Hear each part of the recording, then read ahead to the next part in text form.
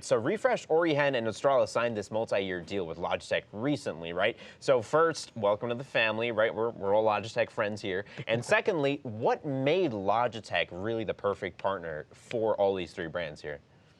I mean, like, no pun intended, but it was the logic choice. Logitech has always been pushing the boundaries of how you do things, and I think our company very much lies in the name. Refresh. We want to try to do things in a new way, and I think Logitech is really setting the boundaries for what can be done, and they're really pushing it. And I think we're trying to do the same thing, so it's just a very, very obvious choice.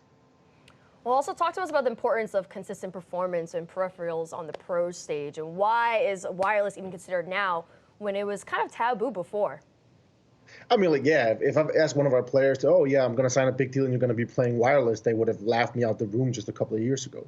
I mean, it's been completely no-go. But I think, like, now finally we're seeing people starting to, and players start to become comfortable with this technology. And it is a big advantage. I mean, you have to think about where's the cord while you're playing. It might hit something. You need to attach it to something. It is just something less to think about while focusing on performance. So that fits very well. We're kind of setting the bar for what you can do, sleep-wise, performance-wise, mental state, physical health, all of these things. And I think this is just a natural progression of that. Just the natural progression. And many say that about the Blast Pro Series, right? And the Blast Pro Series LA is coming up. So give us the details. When is it really happening? And what are you most excited for?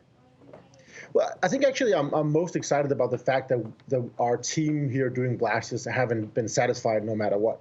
Like, we do understand that we're trying to do something drastically different than everyone else. I mean, some people love it, some people hate it, but we're trying to kind of push the boundaries of what a Counter-Strike tournament and esport event can be. We've done the big stadium events. We've sold out massive arenas. Now we want to try to do something quite different, and we felt that LA was the perfect destination for it. The culture, the vibe around LA, the glitz and glamour.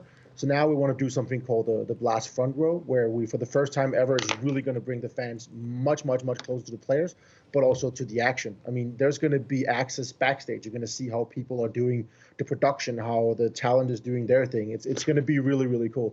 I'm really looking forward to showing the lucky fans something else than just a normal Counter-Strike tournament. Right, showing them something else than just a normal Counter-Strike tournament. And we've seen that manifest itself in the form of those 1v1 op tournaments that we saw a lot of pro players trying to do their best surfing and, failing occasionally. But what kind of other fun activations can we expect from LA, or are you not allowed to tell us just yet?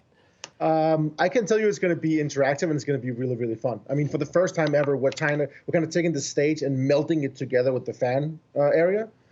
And you're going to be having a lot more movement and a lot more interaction than moving around and experiencing things. If that's going to be music, if that's going to be talent having fun. I mean, you can basically walk all the way up to where the talent are sitting and discussing things. I think for us, we really looked at something like, NPR, Tiny Desk concerts. Kind of, how do you do this vibey thing that feels more real?